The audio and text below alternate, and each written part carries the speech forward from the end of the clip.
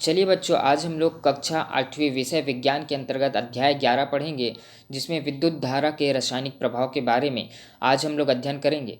तो विद्युत धारा के रासायनिक प्रभाव होती क्या है? तो विद्युत धारा, जहाँ से विद्युत का प्रवाह होती है, उनको हम लोग बोल रहे हैं विद्युत धारा। ठीक है, उनका जो प्रवाह हो रही है किस प्रकार होती है? रासायनिक प्रभाव। अब रासायनिक प्रभाव क्या होती है, इसके बारे में आज हम लोग जानने की कोशिश करेंगे कि हमारे अभिभावक या हमारे जो पिताजी हैं, हमें अक्सर चेतावनी देते हैं। क्या चेतावनी देते हैं? कि गीले हाथों से किसी भी विद्युत परिपथ को ना छुए, या गीले हाथों से आप बटन चालू ना करें, है ना। तो बटन मतलब इलेक्ट्रिसिटी का जहाँ पर भी बात आती है, इलेक्ट्रिसिटी जहाँ प्रवाह हो रही है वहाँ पर गीले हाथों से हाथ नहीं लगाना चाहिए। क्यों? क्या आपने सोचा है कि ऐसा क्यों बोला जाता है ना? क्यों नहीं छूना चाहिए, क्यों मना कर रहे हैं? इनके बारे में क्या हमने सोचा है तो हम जानते हैं कि कुछ ठोस पदार्थ जैसे तांबा, एल्यूमिनियम, चांदी आदि में क्या होती है? विद्युत धारा प्रवाहित होती है।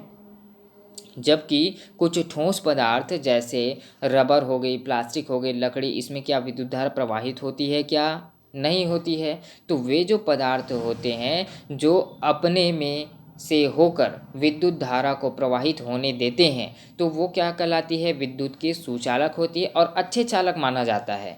तो वे पदार्थ जो अपने में से विद्युत धारा को आसानी से प्रवाहित नहीं करती हैं तो विद्युतहीन होते हैं। क्या होती हैं? विद्युतहीन चालक कहलाती है।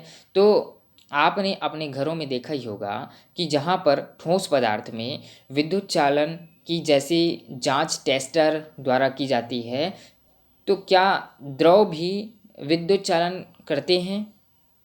क्या जानते हैं क्या कि द्रव जो है विद्युत चालन करती है?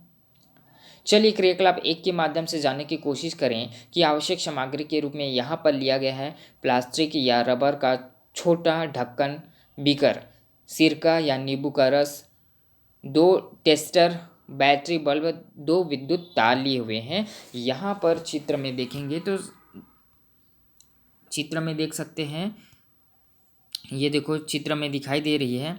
यहाँ पर एक बैटरी से जोड़ा गया जो विद्युत धारा है, यहाँ पर देखो प्लस और माइनस में जो है बैटरी से जोड़ा गया है, और यहाँ पर बल्ब लगाया गया है, और ये क्या है? तार है ना। और वो तार को हम लोग किस में फंसाए हुए हैं? एक बीकर लिए हुए हैं, और इस बीकर में नींबू का रस और सिरका मिलाया हुआ है ना, जो नीले कलर की दिख रही हैं। तो क्या होता है? प्लास्टिक या रबर का छोटा ढक्कन लिए हैं, है ना। ये जो ढक्कन है वो क्या है? प्लास्टिक का या फिर रबर का छोटा ढक्कन या बीकर लिए हुए हैं। उसमें थोड़ा सा नींबू का रस, सिरका डाले हैं, और उसके अनुसार एक टेस्टर को तार की सहायता से बैटरी से जोड़ा गया है, और टेस्टर को तार की सहायता से तो बल्ब से जोड़े हुए हैं, यहाँ पर चित्र में देख सकते हैं। तो बैटरी के दूसरे सिरे को, एक सिरे दिखाई दे रहा है बैटरी के और दूसरे सिरे दिखाई दे रहे हैं ना, जिसमें पॉजिटिव और नेगेटिव है। तो हम लोग दूसरे सिरे को यहाँ पर क्या किए हैं? डुबोए हुए हैं। बैटरी के दूसरे सिरे जो होती हैं उनमें तार की सहायता से बल्ब से जोड़े हैं, है ना। तो बल्ब भी जुड़ा हुआ है, और दोनों टेस्टरों से हम लोग देख सकते हैं कि यहाँ पर अब दोनों टेस्टर के जो सिरे हैं नींबू के रस या सिरके से डूबे हुए हैं, है ना। और ध्यान रखें कि यहाँ पर जो टेस्टर के जो सिरे पर लगभग 1 सेंटीमीटर से अधिक दूरी पर ना हो, और ना ही वे एक दूसरे को स्पर्श करते हों। ये ध्यान रखना है कि क्या बल्ब जला, क्या देख सकते हैं कि दोनों जो वायर है वो 1 सेंटीमीटर से दूर पर हो, है ना, दूरी पर है यहाँ पर। तो 1 सेंटीमीटर की दूरी ना रहे, ज़्यादा गैपिंग ना रहे वहाँ पर, तो वहाँ पर देखेंगे कि बल्ब जली क्या। तो यदि वहाँ पर देखेंगे कि नींबू का जो रस है, सिरका विद्युत का चालन करता है, इससे हमें क्या पता चलेगा? नींबू का रस या सिरका विद्युत का सुचालक है या सुहीन है। मतलब सुचालक और हीन चालक, 2 प्रकार की चालक होते हैं। क्रियाकलाप के माध्यम से हम लोग जांच करेंगे कि टेस्टर तथा बैटरी भली भांति कार्य कर रहा है कि नहीं कर रहा है। तो इससे हम लोग अनुमान लगा सकते हैं। तो यह क्रियाकलाप अन्य द्रवों जैसे कि शुद्ध जल, दूध आदि के साथ भी दोहराएं तथा परीक्षण करके देखें तो यहाँ से हमें पता चलेंगे कि विद्युत का चालक है कि चालक नहीं है, हीन चालक। तो यहाँ पर चित्र में हम लोग देखे हैं कि नींबू के जो रस हैं या सिरके से विद्युत चालन का परीक्षण किए हुए हैं। तो आपने देखा कि टेस्टर के दोनों, यहाँ पर जो टेस्टर है और उस टेस्टर के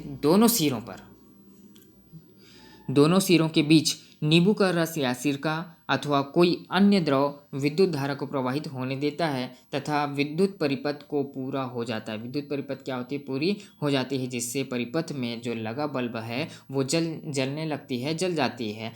किंतु जब कोई ऐसा द्रव जैसे कि शुद्ध जल हो गया विद्युत धारा को प्रवाहित नहीं होने देता है, विद्युत परिपथ पूरा नहीं होने के कारण बल्ब नहीं जलता है।